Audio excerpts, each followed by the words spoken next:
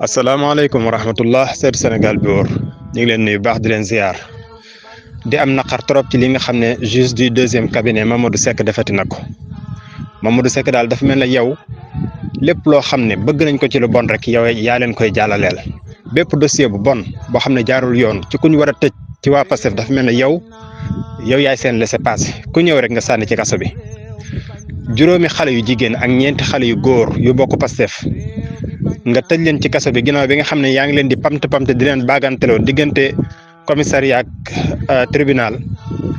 depuis dimanche ba tey ci juróomi fan nga leen di baaganteloo tey amoo loo leen def lu ne da nga leen di tëj ci kaso bi te defuñ dara nga leen di tuumaal trouble à l'ordre public ak bokk ci manifestation bu ñu autorisé wul te ñoom dañoo manifesté wul sax liñ bëggoon def mooy li ñuy wax opération fatt fépp jug dugg ci kër yi saafonteeg askan wi nemmee ko askan wi waxtaan ak ñoom ci projet Pastef defal ñi nga xam ne tëj nga leen ci kaso bi nga xam ne ñoom buñ duggee ci kër li ñuy njëkk a def mooy nuyoo bu sell ñu entré leen ci salle bi jox leen ndox ñu naan ñu toog waxtaan ak nit ñi lii sañuñ ko def suñu réew mais lii du dëgg du yoon nga ciy tëj nit Mamadou Seck nag wax dëgg yàlla lii du dëgg du yoon opération fatt fépp mooy nga nemmee ko askan wi jug dox ak sa tànk dem ci biir kër yi ndaw yooyu jugoon ci Pastef ci biir kër yi lañ jëmuñ ci benn mbedd ba nga naan trouble à l'ordre public jëmuñ sax ci mbedd manifesté wuñ sax ba nga naan manifestation participation à une manifestation non autorisée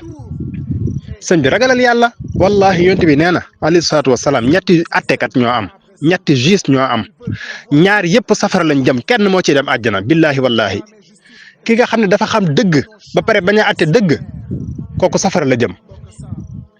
ki nga xam ne xamul dëgg ba pare di atte kooku safara la jëm kenn mooy dem atte mooy ki xam dëgg ba pare di atte dëgg ragalal yàlla li ngay def du dëgg du yoon ay xale yoo xam ne dañoo jóg di nemmeeku askan wi dugg ci kër ñu jox la ndox mu sedd nga toog waxtaan ak waa kër gi ci projet Pastef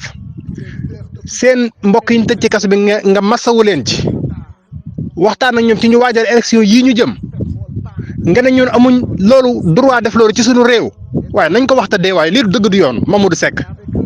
barke yàlla lii du dëgg du yoon lii du dëgg du yoon juróom-ñeent nit ñooñu nga tëj am na ci koo xam ne mi ngi yor doomam ba muy nàmpal am na koo xam ne doomam bi muy nàmpal ñetti weer la am tey lañ ko yóbbul commissariat pour mu nàmpal ko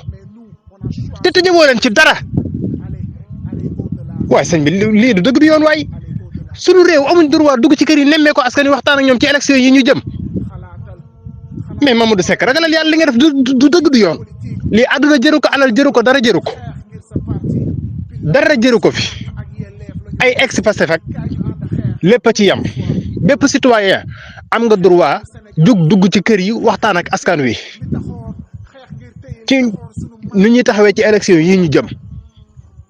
ñu fexe ba suñu réew ñu jëlee ko ci loxo yu ban yi mu nekk yóbbu ko ci loxo yu sell am nañ ci plein droit suñu réew ngeen bëgg ñoo xañ liberté daaneel suñu démocratie wallahi àddunaa ngi suñu kanam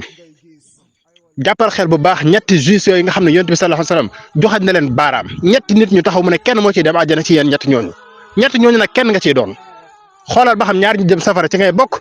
wala ki jëm àjjana ci ngay bokk man xaw ma fu ma jëm waaye maa ngi lijjanti sama jëf sa jëf nag sa digganteeg yàlla lépp a ngi suñu kanam